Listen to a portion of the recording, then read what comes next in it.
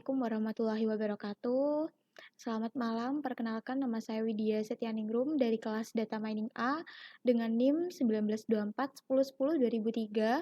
Jadi di sini saya akan menyelesaikan terkait pengerjaan dari praktikum Data Mining modul 6 mengenai K-means clustering. Jadi langsung saja di sini sudah saya kerjakan. Nah, ada beberapa soal. Yang pertama, lakukan clustering pada dataset iris dengan langkah-langkah. 1. Normalisasikan dataset iris menggunakan normalisasi min-max. Yang kedua, tampilkan scatterplot sebelum clustering. Yang ketiga, clusterlah dataset iris dengan nilai K 2, 3, 4. Yang keempat, tampilkan scatterplot setelah clustering. Yang kelima, analisalah perbandingan scatterplot sebelum clustering dan setelah clustering. Yang keenam, tentukan manakah K terbaik jika dilakukan analisa secara visual. Tugas nomor 1 sampai 6 dilakukan analisa secara visual. Tugas nomor 1 sampai 6 dilakukan terhadap kombinasi atribut. Yang pertama ada sepal length dan sepal width. Yang kedua ada sepal length dan petal width.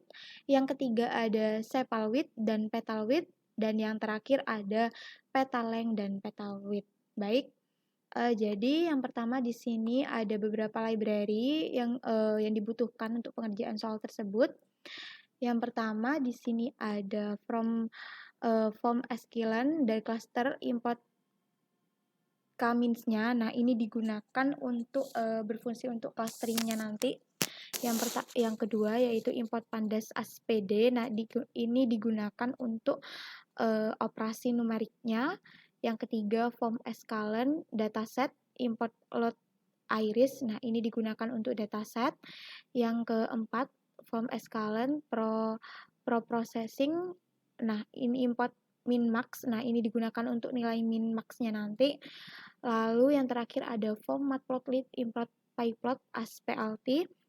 Nah, ini digunakan sebagai fungsi-fungsi yang dijalankan nantinya.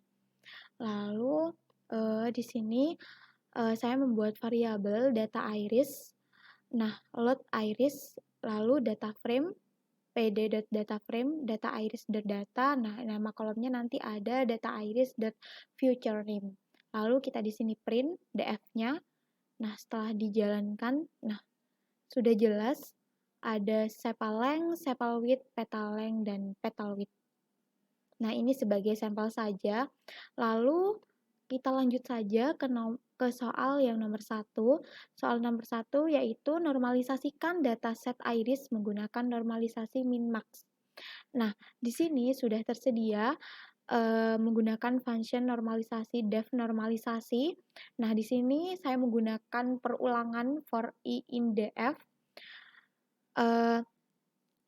Yang digunakan di sini ada scalar min-max scalar, ya, ini mencari nilai min-max-nya, lalu scalar.fit, lalu df index scalar.transform, lalu ada kita print normalisasi df-nya, seperti itu.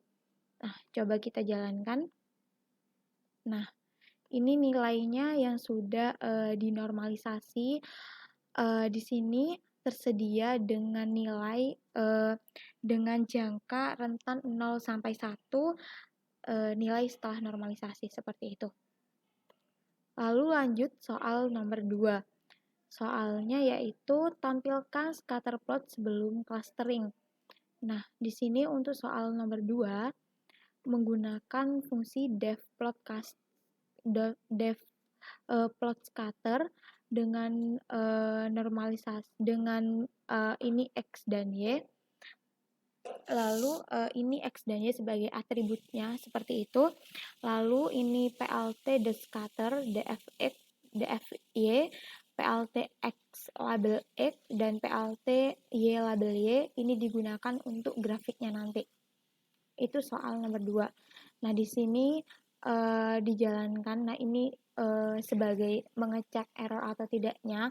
Untuk outputnya tidak keluar karena tidak saya print.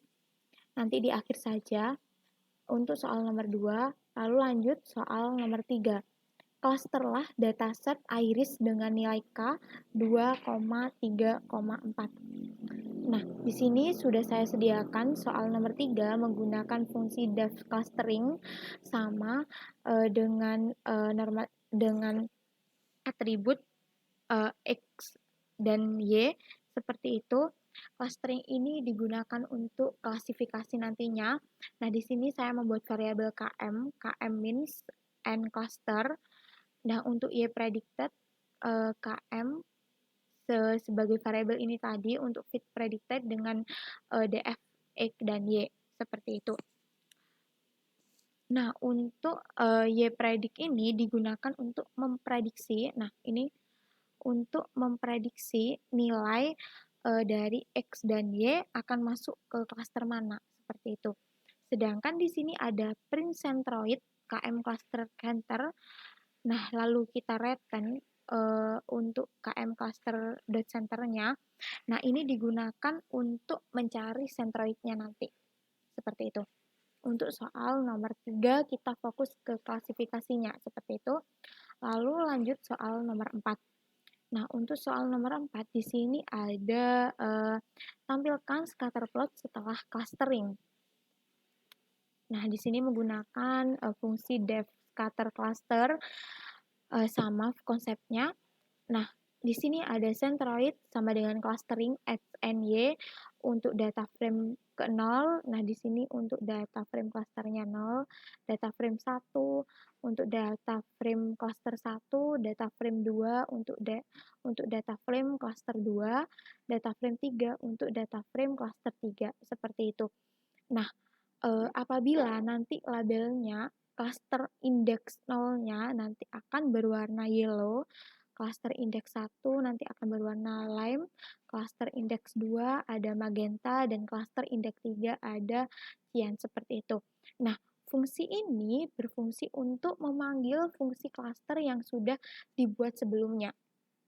Sedangkan, nah di sini ada PLT scatter centroid index ke-0, centroid index ke-1 dengan color black. Nah, kita di sini saya menggunakan marker bintang lalu memberi label bernama centroid. Lalu ada PLT X label. Nah, ini untuk grafiknya ada label X dan label Y.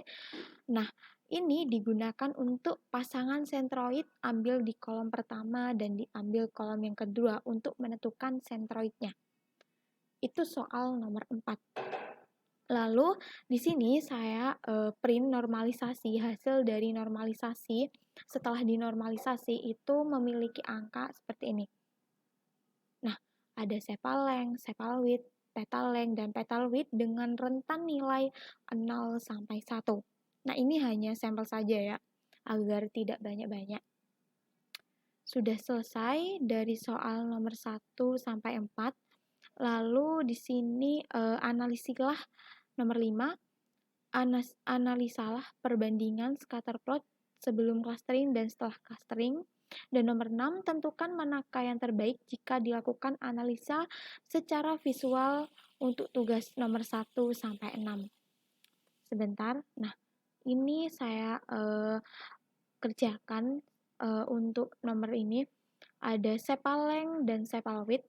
Nah, ini untuk plot clusternya. Ada sepal length menggunakan cm dan sepal width cm. Coba saya run. Nah, ini gambar sebelum normalisasi seperti itu. Jadi, kita di sini kan tidak jelas ya mana yang lebih menggunakan ini sebelum normalisasi seperti itu. Sudah jelas di sini ada sepal width, ada sepal length. Nah, setelah scatter cluster, setelah dinormalisasi, nah sesuai dengan yang tadi, ini di sini ada perintah untuk K, 2, 3, 4. Jadi di sini saya menjalankan untuk nilai K, 2, 3, dan 4. Setelah scatter cluster, di sini ada 2 sepal length dan sepal width. Coba saya jalankan.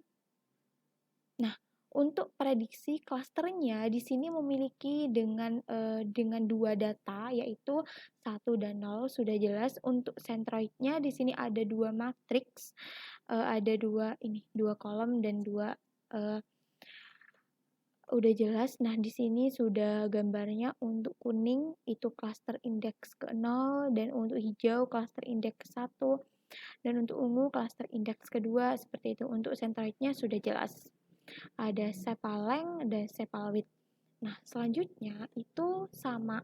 Di sini ada nilai yang ketiga. Nah, untuk yang ketiga di sini muncul prediksi clustering, ada nilai 2, 1 dan 0. Jadi ada 3 data dan centroidnya muncul sesuai dengan 3 matriks tadi. Nah, di sini sama keterangannya. Nah, di sini ada nilai yang keempat. Dengan muncul prediksi clustering ada 4 nilai, di sini ada 3, 2, 0 dan 1, 4 data maksudnya. Untuk centroidnya sama, muncul dengan 4 data. Nah, ini merupakan nilai dari sepal length dan sepal width. Kita lanjut, selanjutnya ada sepal length dan petal width. Nah, sama untuk konsepnya di sini saya pengerjaannya itu sama. Lalu di sini ada plot scatternya, sepal length dan petal width. Nah, ini menghasilkan yang sama. Lalu ketika udah scatter cluster, nah untuk nilai K2 prediksi clusteringnya ada memiliki nilai 2 angka yaitu 0 dan 1. Untuk centroidnya menghasilkan 2 matriks. Nah, ini ada 0, bla bla bla bla dan ini sudah jelas untuk centroidnya dan prediksi clusteringnya. Dan untuk grafiknya di sini untuk kuning ada clustering index 0, untuk hijau clustering index 1 seperti itu. Nah, di sini juga ada centroidnya. Nah, di sini nilai sepal length dan sepal width. Sepal length dan petal width. Lalu di sini sama konsepnya. Untuk nilai K3 menghasilkan data 1, 0 dan 2. Untuk centroidnya sama. Lalu di sini ada scatter cluster, data keempat menghasilkan data 2, 1 dan 0 dan 3, berarti sama ada 4 data. Seperti itu untuk sepal length dan petal width. Lalu lanjut di sini ada sepal width dan petal width. Coba saya jalankan. Nah, sudah jelas ya, sama. Lalu di sini ada scatter clusternya untuk sepal width dan petal width. Untuk prediksi clusteringnya, ini di sini memiliki 2 data sama, yaitu 0 dan 1. Nah, untuk konsepnya sama, sepal width dan petal width. Lalu yang terakhir ada petal length dan petal width. Nah, untuk plot clusternya di sini sudah jelas ada petal width dan petal length. Nah, setelah di clustering, coba saya jalankan. Nah, di sini memiliki nilai 2 data, 0 dan 1 untuk centroidnya seperti ini. Sama ya. Nah, lanjut saja yang terakhir yaitu kita di sini disuruh analisilah perbandingan scatter plot sebelum clustering dan setelah clustering dan tentukan manakah K yang terbaik. Nah, menurut saya K yang terbaik itu K yang bisa memisahkan atau mengelompokkan secara jelas data. Jadi tidak ada data yang terlampaui, maksudnya jaraknya itu jauh dari centroidnya. Nah, kita di sini lihat satu-satu hasilnya. Jadi untuk ada sepal length dan sepal width. Untuk prediksinya, nah ini sebentar. Untuk centroidnya sendiri, nah ini lumayan bagus ya karena antara jarak centroid dengan ini ya tidak terlalu jauh. Lalu ini untuk K2-nya, lalu untuk untuk keempat, untuk K2. Nah, untuk K2 di sini saya tidak terlalu menurut saya tidak terlalu bagus karena ada beberapa nilai itu jaraknya jauh dari sentroidnya ini. Untuk K3 juga sama. Nah, untuk K4 ini antar jaraknya lumayan antar jarak sentroidnya. Lalu di sini ada sepal length dan petal width untuk K2.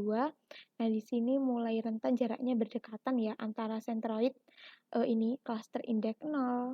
Lalu untuk cluster index 1 ini antara nilai jarak sentroidnya itu berdekatan. Untuk K3 antara sepal length dan petal width ini sama, saya lumayan bagus karena antara jarak sentroidnya berdekatan.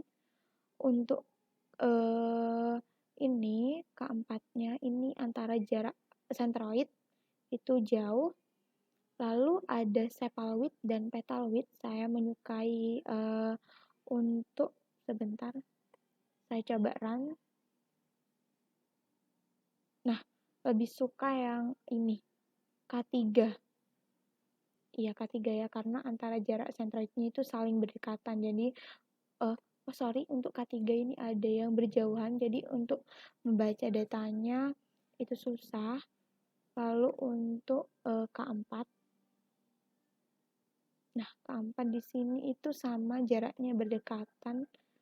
Nah, jadi kesimpulannya analisis untuk K terbaik itu menurut saya yang bisa memisahkan atau mengelompokkan secara jelas data secara jelas. Jadi antara jarak sentroidnya itu tidak ada yang jaraknya jauh seperti itu.